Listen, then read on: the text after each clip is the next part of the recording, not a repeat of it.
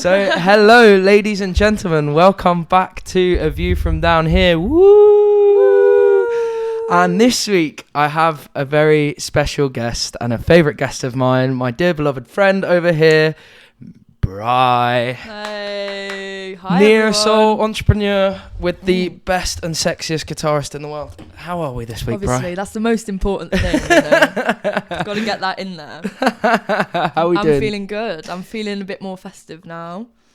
I'm excited. I can't believe it's already like next week is our last week of uni. I know. Well, it's gone way too quickly, isn't it? It has gone really fast. Well, I remember getting here in August, back from 3 weeks away, and thinking, "Oh, all right, yeah, I'm ready for this year." Now the year's over.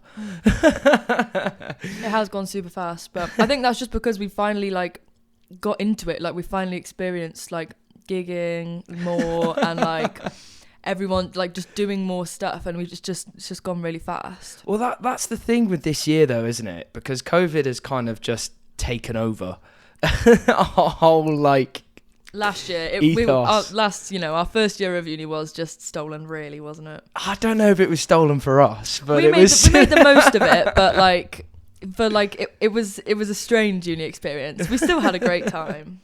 Can't get me wrong. Well. Speaking of COVID, there is in fact for those of you who probably live under a rock, if you don't know, that COVID restrictions are unfortunately back a little bit, not completely. Yeah, you know what? I haven't read what's going on with that. I saw it and I was like, oh, but I haven't really. What is it? What? So essentially, they're encouraging working from home again. So right. Dependent on how the new year goes. So if it gets worse during Christmas again, like it did last year, I think we're going to go back to having to do uni online again, which is, I don't think anybody's looking forward to. You now have to get a COVID pass. So you now have to apply for a COVID pass for any gigs that exceed 200 to 100 people, right. I believe, which is... when you're doubly vaccinated, is it? Or well, I don't know, but I think it's like a full-on COVID pass, just because it's you got loads of people in the same place with a deadly, well, not dead, it's not really deadly, but with a pandemic going on. You know what I mean? I get why they're doing it. But I mean, it's so bitter and sore in the government at the minute that I've just kind of... all I watched was the Boris Johnson's announcement and then turned the news off.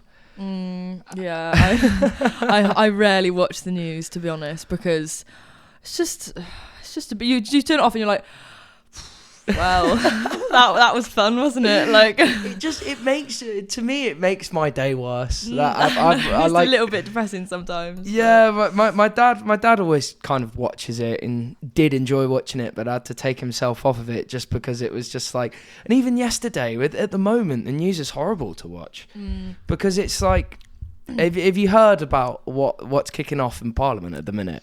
The party things the and party. Stuff. I've seen little bits, yeah, but I'm still not really keyed up on it. Again, for those people who live under a rock. We're talking to you. For those people that live under a rock, essentially, there's footage that's come out of 10 Downing Street staff and politicians talking about a Christmas party that was had in December last year, essentially during the time the country was locked down for a third time. So I don't know, I saw someone speaking about it, saying I think they were an essential key worker and stuff, and saying I had to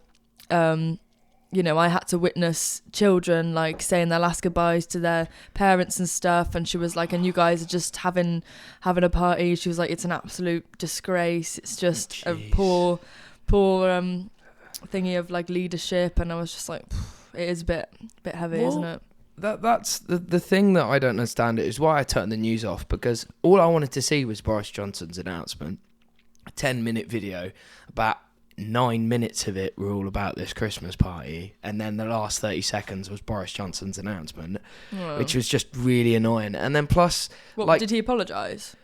He has put an apology out, but the woman who, I don't know if you've seen it, there was an interview where it was shown by a news company, showed to this woman who was up on a stand, And I said, what do you have to say about that?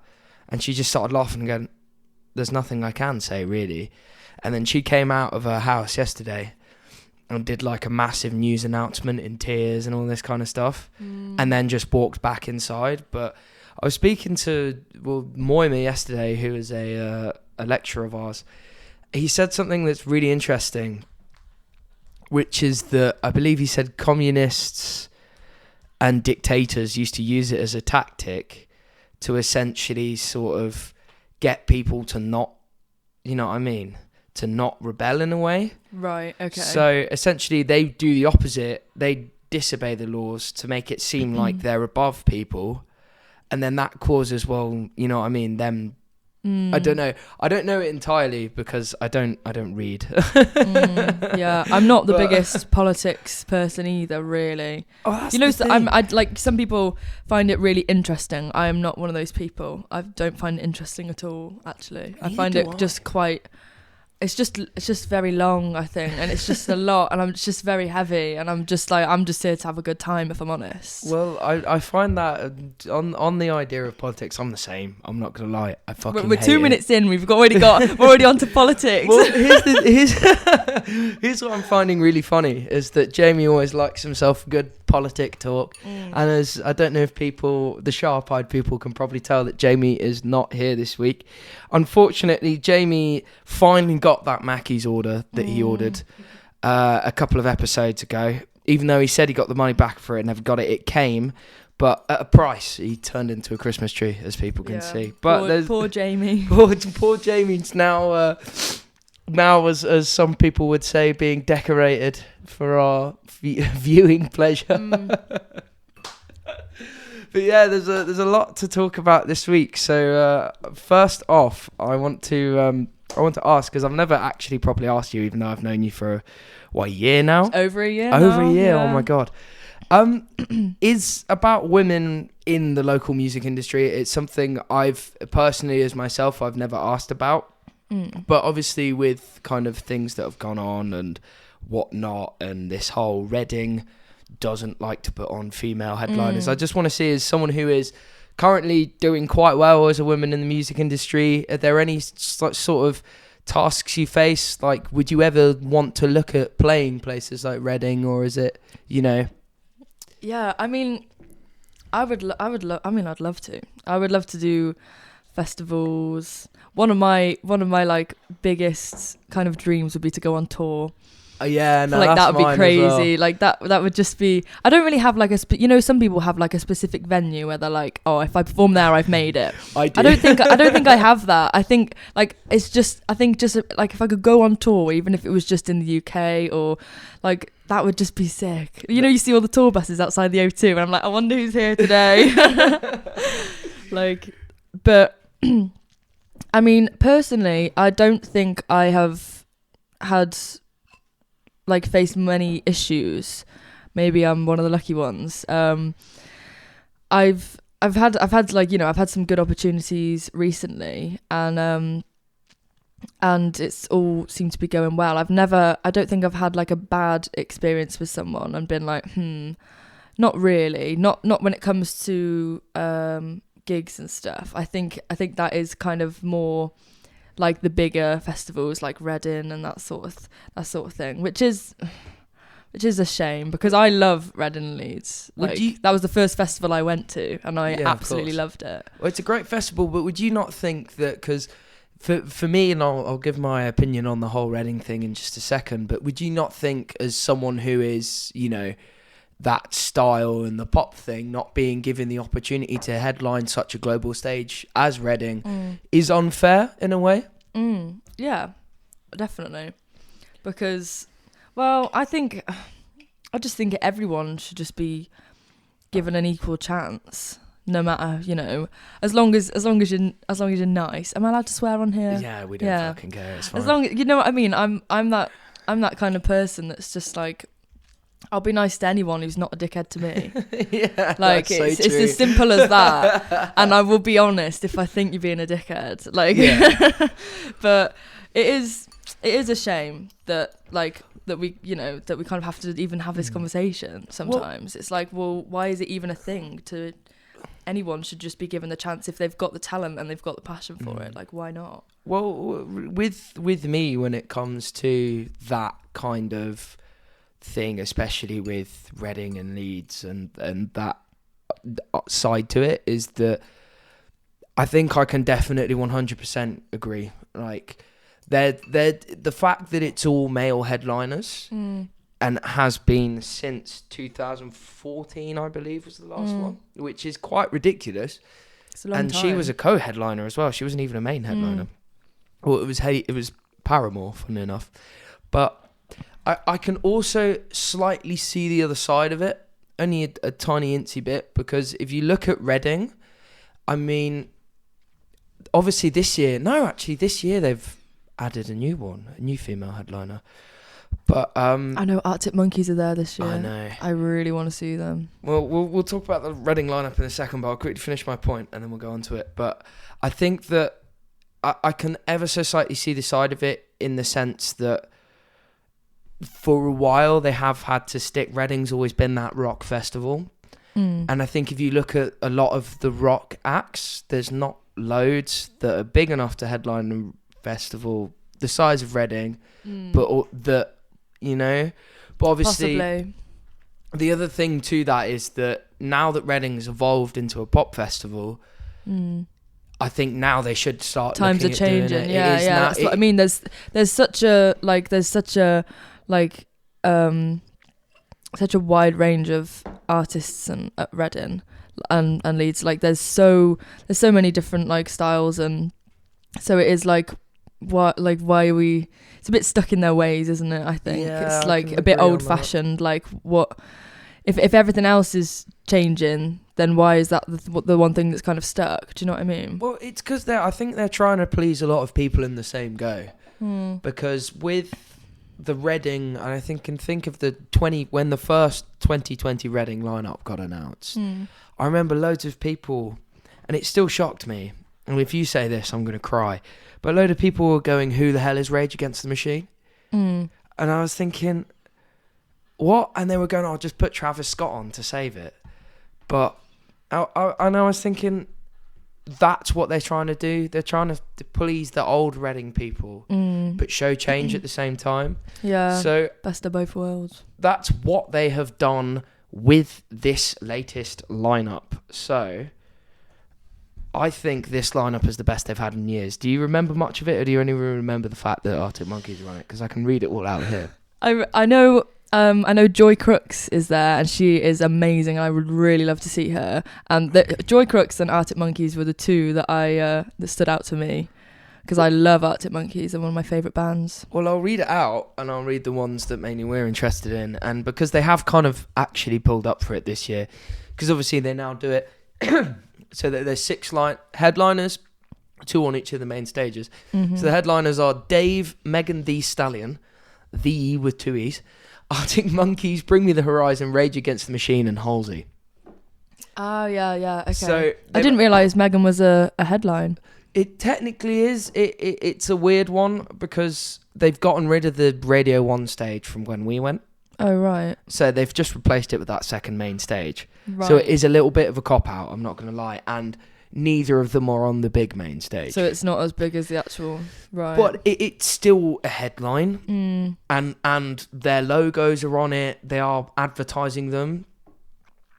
I think like it is good. And the fact that, especially with Stormzy having done it, like a British black grime artist doing it as well, I think is even better.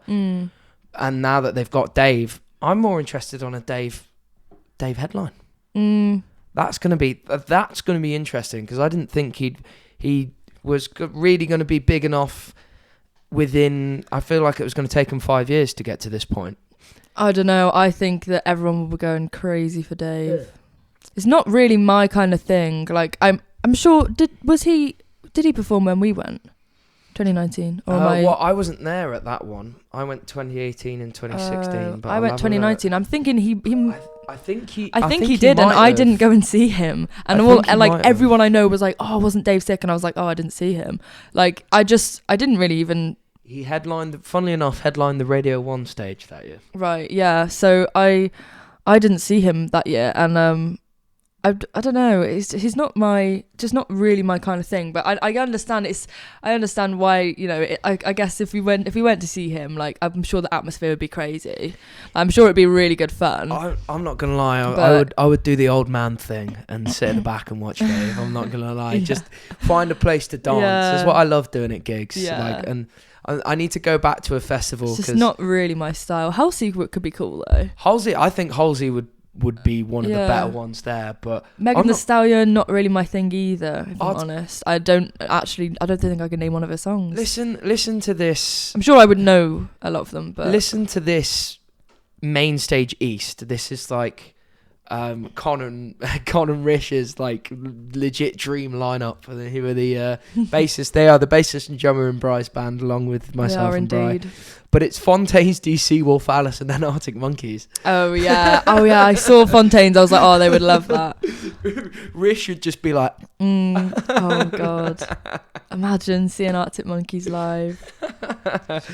Well, me and my friends keep sending each other like videos and being like, oh, come on, we've got to do it. I really want to go. I don't know if the tickets are on sale, but they're going to sell out quick. Friday. Yeah, I think pre-sale I've already. Should we go for it? I really want to, so I'm down. Are you down? But I don't have any money. So we'll see how that one works. You can do like an installment plan, that's what I'm thinking, yeah. But yeah, anyways, moving swiftly on to this week's scenario, Bryony. So I've very quickly explained it's not what the concept of the game is to Bryony earlier, but for those of you who don't know, every single week I come in with a scenario. It's a realistic scenario. Somewhere you'll find yourself. Sometimes it might not be. I've yet to do one like that. However, once you hear that scenario, you got to come up with a song in your head of what song is playing in that specific moment. So what you're feeling, how it feels, and then what song's playing to that. So this week's scenario, Bri, is you're on a beach. It's a nice beach. It's sandy. It's not stoned. And the sun is setting. So you can see it's still slightly bright, but it's just going out the horizon. Music is playing in the background. There's a beach fire with all your friends and possibly someone you're lying on the sand on a towel. Either someone you love or something you cherish or someone you cherish is lying next to you and you're all having a great time. Life is good. What song is playing at that moment? You know what comes straight to my head? What? You know that song is like, if you like pina coladas, getting caught in the rain. That's such a tune. I don't know. I can actually see that. Like, just lying on a beach. It's just like if you're not into yoga. That's such a good song. No, I feel like that comes to my head because that's just like a really vibey song and it just gives me beach vibes. But I also think it would probably just be something quite chilled out. There's a Lauryn Hill song called To Zion. It's like on the Miseducation of Lauryn Hill album, I think. Is it that sort of like late 90s R&B kind of style? Then? Yeah, and there's like really cool like new like really cool guitar, and that's just quite chill and like vibey. So I feel like it could be something like that, yeah. I don't, or maybe a mixture of the two, and just Lauryn Hill and Pina Colada. Like what? Make like get Ryan to bring the decks down and then just mix the two. Imagine Ryan would be like, but it's not DMB. So for myself, I thought about this one quite a bit, and had to be said, I ended up picking an obscure song because it came to my head more, but I'll tell you what the two were. So whenever there's like a good moment in my life, always the song I always think of for some reason is just Cigarette Daydreams by Cage the Elephant, which is just still in my eyes one of the best and most beautiful songs of the world. But that's not my choice. There is, in fact, this song by Childish Gambino called The Palisades. And it's not really like his other stuff, but it's off his Kauai album, which is that one sort of between the Freaks and Geeks and the Awaken My Love era. Right, so just as he was sort of becoming possibly one of the biggest film / pop stars in the world. Mm-hmm. But the lyrics are about the beach. Legitimately. Like, it feels like you're genuinely almost swaying in the ocean, or you can hear waves coming up. And I just think if I was having like a beach party, and I've not had loads, but I've had a few, being from the beach. But from the beach. Yeah, from the beach. He's literally a fish. Like, he lives on the beach. No, I think for me that summer vibe is obviously like a massive thing. Yeah. And I think back to the Reading lineup, there is a few on there. Denzel Curry, Pale Waves, Wallows, Circa Waves. Is Circa Waves the one that do T-shirt weather? Yeah. Tune. Fucking that's that is a fill in the blank standard. That. Yeah. I mean, I really like reggae as well, and that reggae songs just always give me, put me in. I want to go on holiday. Like, as soon as I listen to a reggae song, I'm like, get me on the beach, man. I don't want to be here anymore. I want to be somewhere warm. I don't like, know they're just vibey. Like, it's just really chilled out. Like, that's what it gives you. That scientist one that Martin played for us in lesson the other day. I wasn't in that lesson. Were you not? Oh yeah, you weren't. That was really, really vibey. But I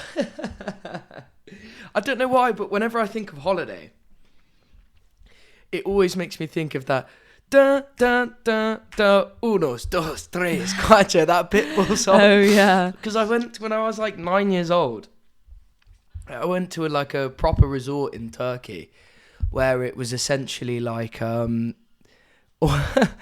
was like an all-inclusive resort. So there was like a massive, like, almost buffet, and there were like 5 pools or whatever.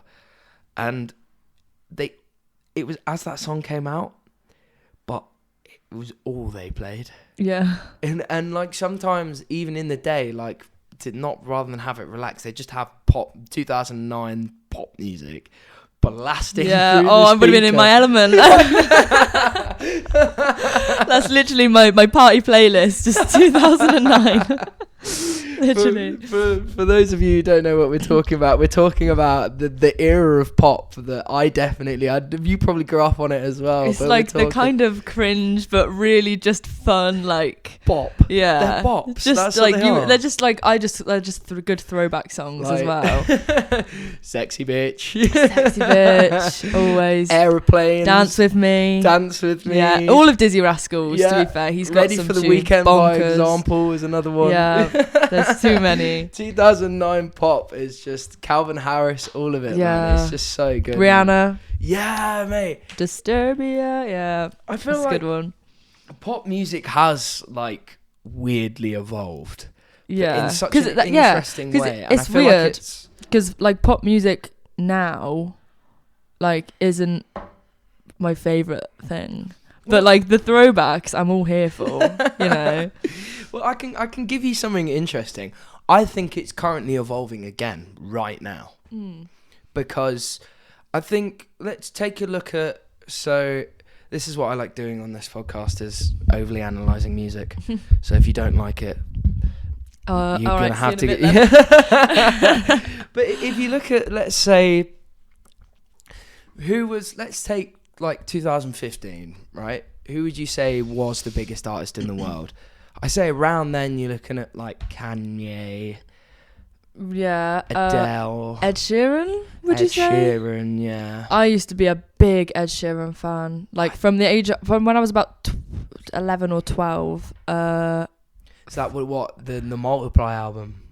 All of them, really. Ooh. I went to see him like 3 or 4 times on tour and stuff. Oh my god! Because I was just obsessed with him. He was, and actually, he's weirdly like I still respect him a lot as an artist. He's obviously done mad things, but like his music isn't really like what I'm into now, and it's not the style that I like tend to listen to. But like, it was like. I remember like the first gig, it was like the first proper gig I've ever went to, and I was 12, and we were in the stand-in and we were quite close to the front, and I remember just like looking at him, being like, oh my god, I want to do that. I want to do that, man. That's I need to do that. Like, ever since then, I was like, I want to be on a big stage like that. Like, it'd be so fun. And I'm just looking around at people like, what is this? Like, and it was just like the best experience ever. So was that how you got into wanting to be a musician then? Watching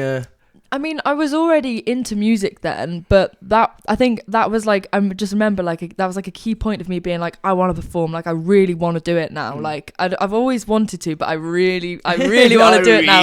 I've seen what it looks like, and I've seen the audience singing his songs, and like everyone's got their, you know, camera light on their phone, and it's just like the atmosphere was just crazy. Well, funny enough, samesies. That was the exact same reason of how I got into it, but with a different artist. So for me, it was actually Kasabian. That's why I cherish Kasabian so dearly, is because so by that point I'd already been to quite a few festivals and things. So I had seen live gigs. It wasn't like my first ever live gig, but it was my first gig I'd properly been to in like a venue that I could remember fondly. And I remember watching it because I fell in love with those songs, and I was like, yeah, I was so excited for it. And then seeing this giant crowd, everyone enjoying what I'm enjoying, and seeing it, and I remember just thinking there and then, that's what I want to do. It's such a like collective thing. Like when you're in a crowd and you're all watching someone that you love, and you're all singing the same lyrics. Like, it's actually really special. And like I remember like when we were in like lockdown for like the really long one the first time. I remember like just looking at old videos, being like, wow, I can't wait to do that again. Like, that was so much fun, and it's like it just brings people together. Like, what more could you want? That's what's great about festivals, and obviously we're talking mainly specifically about music festivals, but I think everyone at a music festival is there to have a good time. I've never had an issue ever at a music festival. I've never had like issues with people like being, to put it frankly, dicks. You know what I mean? I don't have that issue there. And I feel like the community of music, especially like within the past, like, I mean, if you look at things like NWA and what they did for race and things, as well as like what other people are trying to do currently. And I still think that because of that, I think that's why music festivals can be quite a safe place. I'm not saying that they are, because there are still awful people out there. But that's the greatest community with music. So I think you're definitely on your way there. I would definitely say it. And I think that what would you say in terms of like festivals wise is the biggest dream for you? Wow. Back to the same question as earlier. I mean, I've only actually been to like a big festival. I've only been to Leeds once, so my like experience is just like, you know, just that one thing. And I feel like because that was my first festival, and I went with my best friend, and it was just pretty much just the two of us. We met up with a few other friends, but it was just the two of us for the weekend. Mill, you know who you are. She like we just had the best weekend, and I just like we reminisce over it all the time. We're always watching the videos or sending each other videos of funny things that happened, and like I feel like if I got to perform there, like of the first festival I ever experienced, like it would just be like, because you know you're going from like being 17 and going with your best mate and thinking it's just the craziest thing you've ever seen, and then if you were able to actually perform for those crazy 17-year-olds, do you know what I mean? Like it'd be like a whole turnaround. It'd be like a full circle. I'd be like, right, well I've done it then. I'm here. I'm actually. I think that would be crazy. But also like imagine like Coachella or something like that. I feel like Coachella I think is up there, but I think more so for yourself, and I think I now have ambitions of playing Coachella now that I play for you. Yeah. Just because I feel like, whereas the kind of indie pop style that I'm doing, not necessarily saying it doesn't suit in Coachella, but they don't really put those people on as headliners or on the main stages anymore. Coachella would be insane. But I mean, Leeds just has like a special place in my heart because of that one weekend, you know? So that's what's the great thing about festivals. Like for me, my dream, I have two dreams. One is to play Camp Festival, which it's not a massive festival, but that's where all my early memories of festivals come from. Because like from the age of like 9 for like 6 years, I went every single day of the week. Well, no, not every day of the week. No, I didn't live in a festival. No. Every day. I didn't even do school. I just went to a festival, man. I was living free. No, I went there every year. So that one, and I'd want to invite... That would be amazing when you're a child. I'd want to go to a sick festival. My two brothers, my cousin, my dad and my uncle, and we can all say like, let's go here, but do it from the other end. Imagine, so you guys can come backstage. Whereas with, I think I really want to, I've never been, but I really want to play Glasgow. Oh yeah. Oh God. Oh, how did I forget about that? Yeah. Glasgow would be insane. Glasgow's just somewhere else, I think, and it just looks like another world, doesn't it? My one ambition and dream within life is to be at Glastonbury, not the shitty village, where they've got that like cheese mill that turns into a venue. No, I want it. I like fully the festival. I think I've had friends, and somehow one friend, Paul.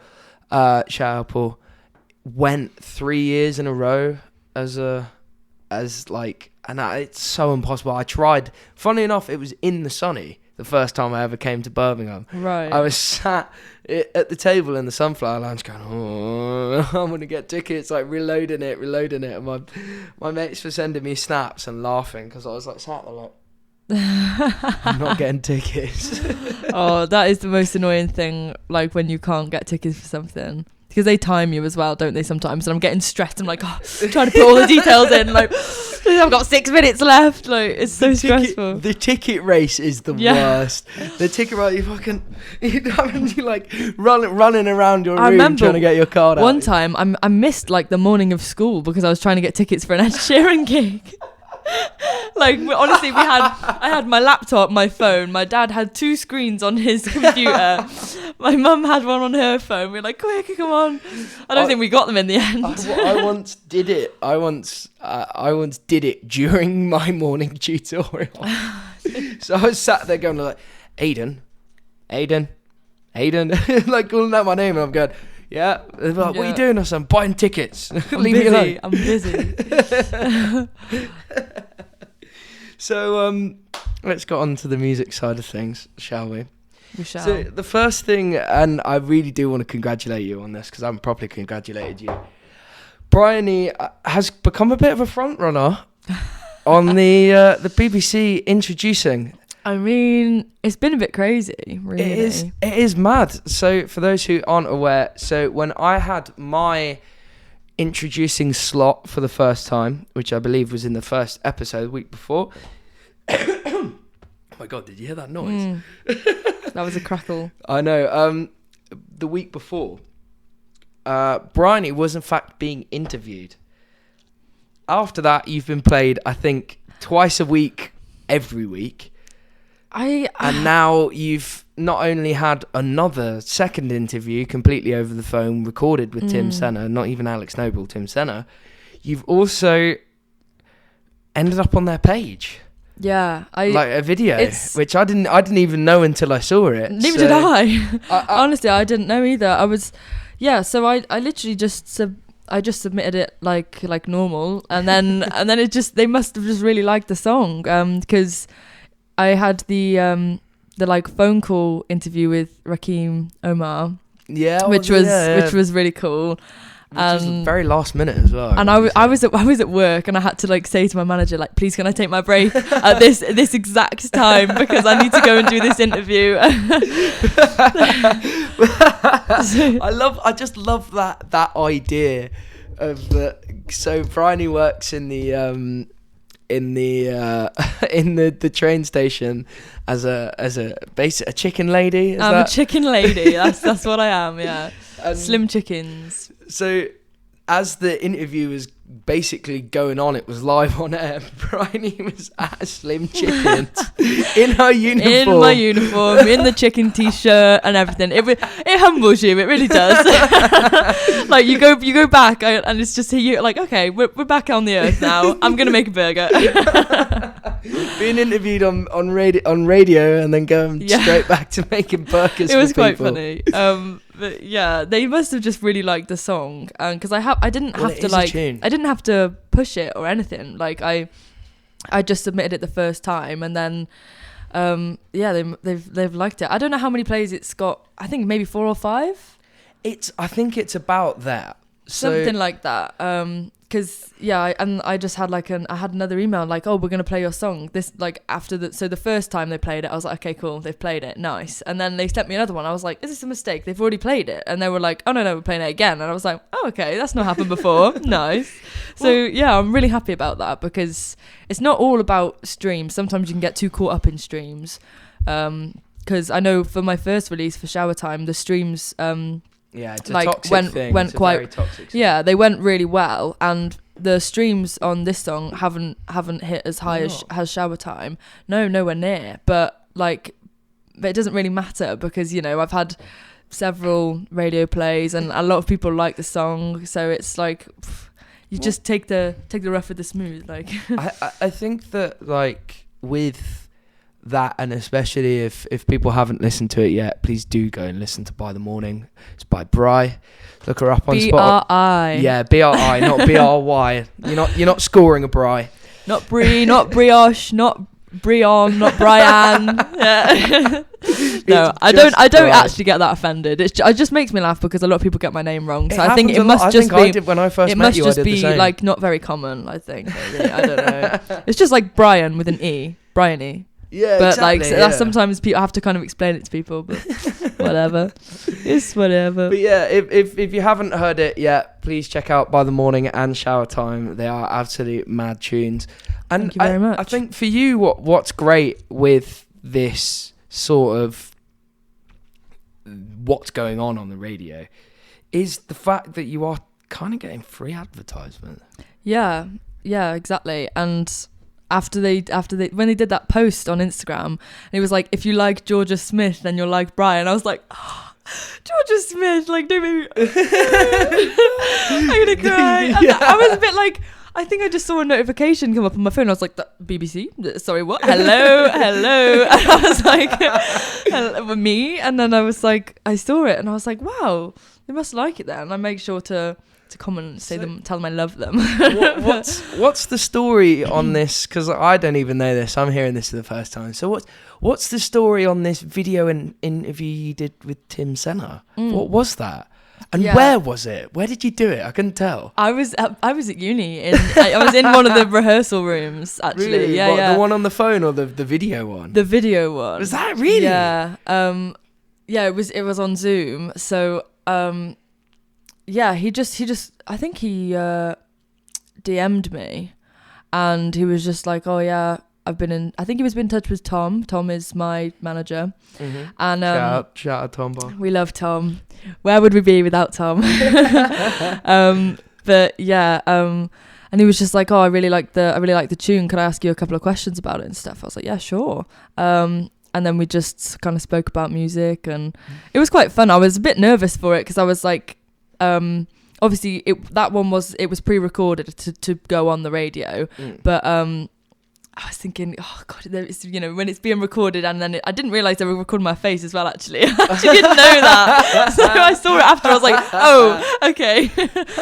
But it was a bit surreal.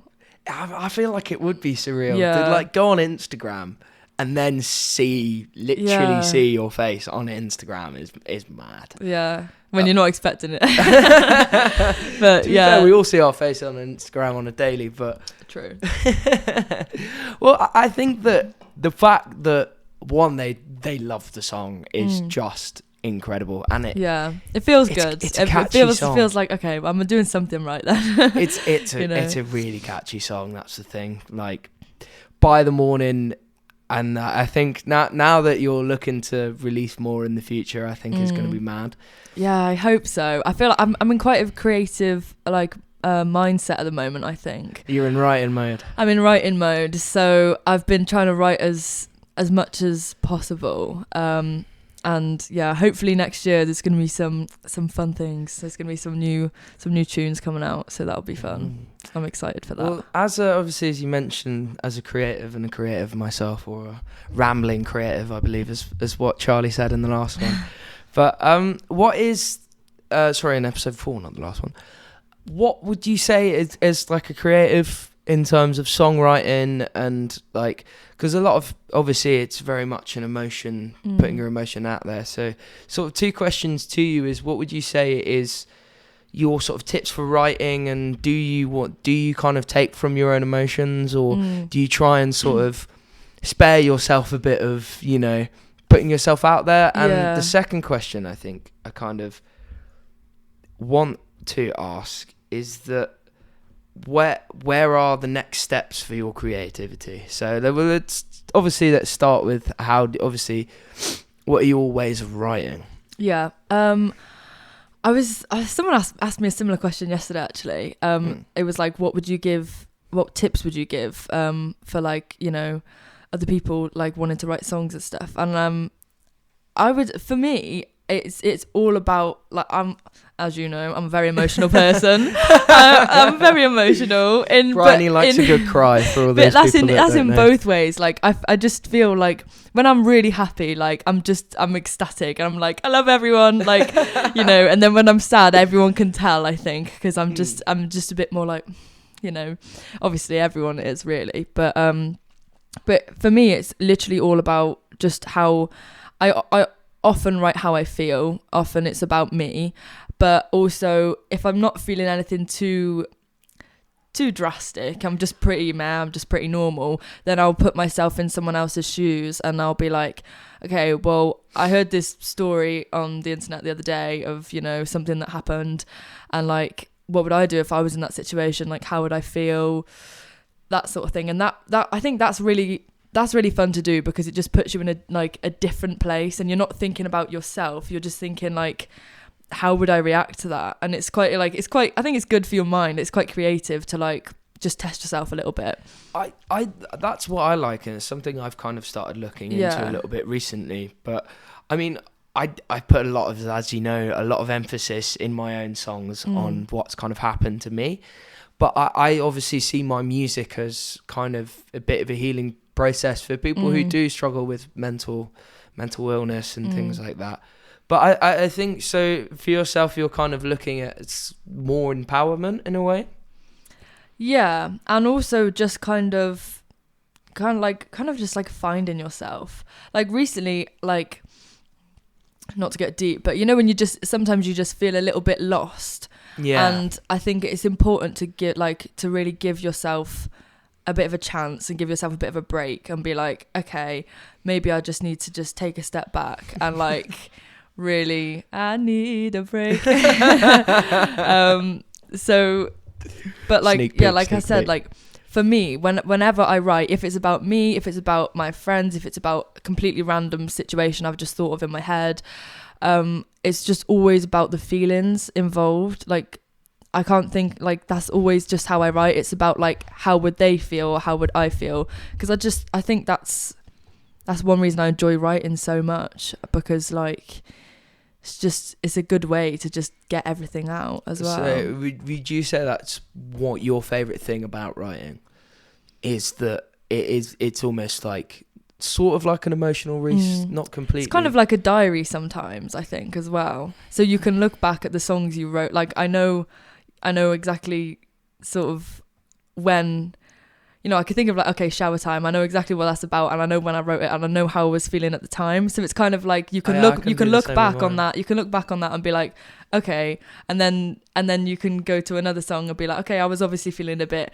overwhelmed here, or I was in a really good place when I wrote this song. Like, it's just quite nice to see, like, going through the motions, I think. So yeah, I think that's one of my favorite things. in terms of that, what would you say are your favorite things to see from other writers?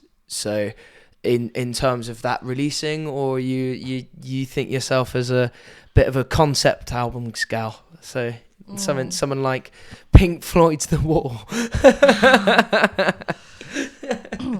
That's a difficult one. Do you see like, and maybe let me put it in a bit of a different light. So do you see almost your writing in a way of like, in the same sense that people have the attitude of treat other people how you expect to be treated?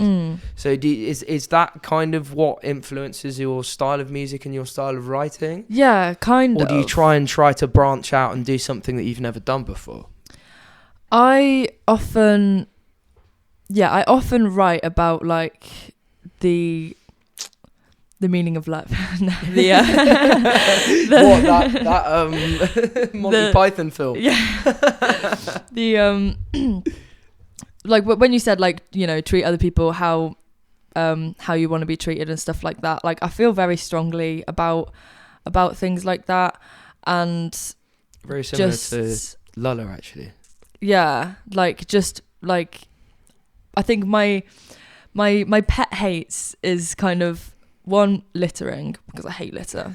It's just no need for it. And two, it's just like rudeness. And I think like just don't be rude. Just don't. Just be nice. Like it doesn't take. It doesn't take a lot. Just say hi to someone or say thank you. And also like just be really aware that like you're not the only person in the world who is going through shit. You're not the only person in the world that has experienced horrible things or amazing things or whatever. Like you just kind of need to, like, because I know if I'm getting all in my feelings and I feel all sorry for myself, then I'm like, actually I'm very lucky and I could be a lot worse, and you kind of need to remind yourself of that. So I've really been trying to like hone in on that kind of message. So would you say that's something in your music currently that does come across? Because I feel like it can be argued that it does, just with especially the chorus of "By the morning, you'll be fine by the morning." Yeah, like that's already that attitude. I want to kind of be a bit uplifting, like, because I mean I don't really like writing sad songs because because then I don't want to make people sad. Do you know what I mean? Because you'll start crying. Well, exactly, and that. But like I think, like for me, it's like if I started writing a bit of a sad song the other day actually, but then I kind of changed it halfway through, and I was like, I don't want it to be sad all the way through. I want it to be like, I want it to come out the other side. I want it to be like, okay, but it's kind of, it's not really about sad. It was kind of just about emotions in general. Like when you feel so many emotions, you don't even know how you feel. Yeah. And it's like, I think that's an important thing to teach yourself, is that it's fine. Like it's okay. You'll be fine. Like you will. Like you've just gotta just push through that like difficult day or whatever it might be. So I really want to emphasize that in my music at the moment. Do you think that you want that to be your sort of main message as an artist? And so let's say obviously young teens, that's kind of the thing you're looking at appealing to. Yeah. But so you want to say that would be your message to teens? I think, I'm not gonna lie, it's a great message to have, especially it's important. It is important with the past year and everything. Exactly. It's been rough for, you know, a lot of people for many different ways, and like sometimes I remind myself, like if something's, you know, when you just have one of those days when it's just not your day and everything goes wrong, and it's not particularly anything drastic, but you just feel a bit like, oh, at the end of the day, like, but then sometimes you've just kind of got to remind yourself, like, we've been through so much, just give yourself a break. Like, here's the thing I like to say to those people when you with what you're saying in terms of like when you have those bad days, maybe try and think about, because this is what I've been doing recently, is try thinking about the days where everything goes your way. It's just a great day. Exactly. And when you have those days, you need to really like revel in it, like appreciate it, and like completely just take it all in. And if there's, and when you feel like you're in like a really good mood and you're having a great time, like just block out any mist that's like there, you know, like in the back of your head, like stuff that's just going on, like just block it out like the best you can, because you'll drive yourself crazy otherwise. You know what I mean? Like, you just need to. We're here for a good time, not a long time. You know. Exactly. So, we're all here to enjoy life. Preaching now. There's the ending of that that Loyal Kana song where it's just like. It's this dude, he says something, I think it's someone, he sampled it from some random dude that he met on a train. Oh, right. And it is just at the end is like, don't hurt nobody.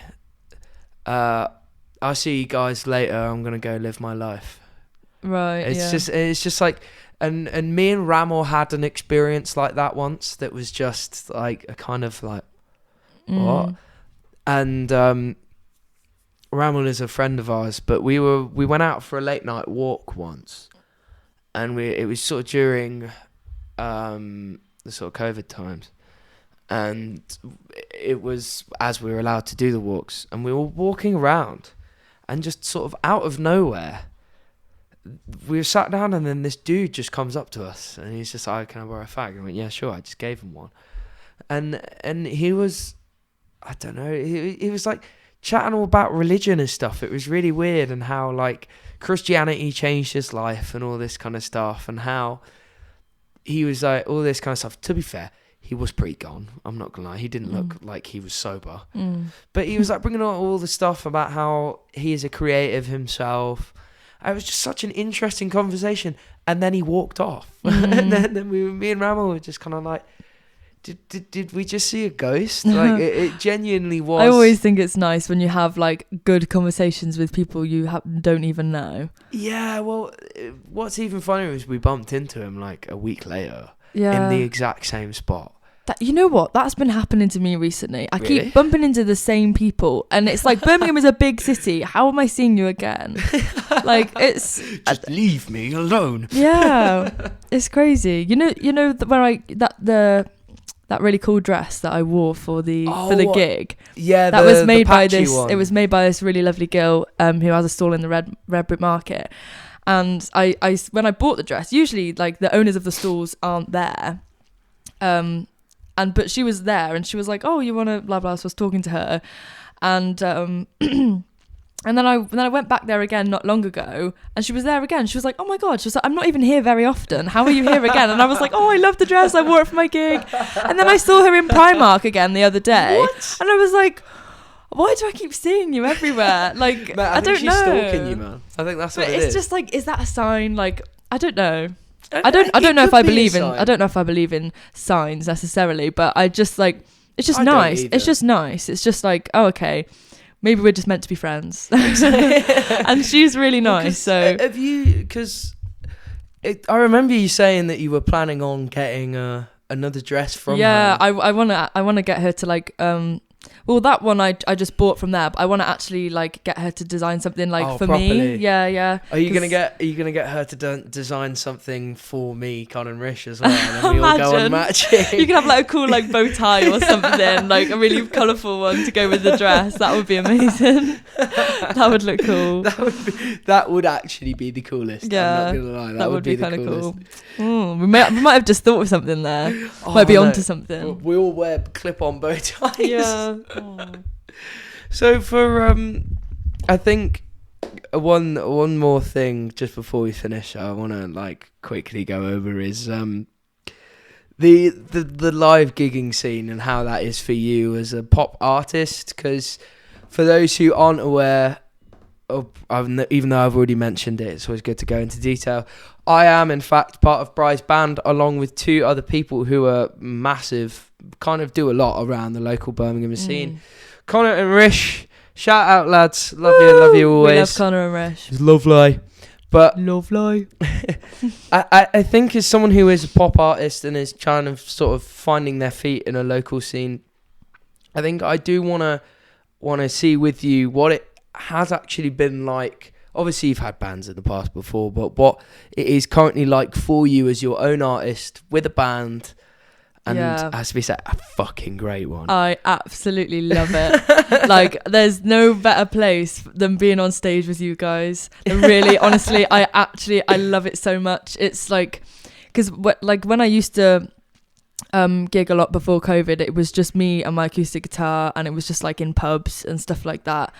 I did a couple of gigs at like Sunflower Lounge and stuff, and that was about it. But it was like, it wasn't the sound that I really kind of wanted, but I just didn't really know the people, like, you know, I didn't really know the people that I would like want to be in a band with or whatever. I wasn't really sure. I was still kind of finding my feet.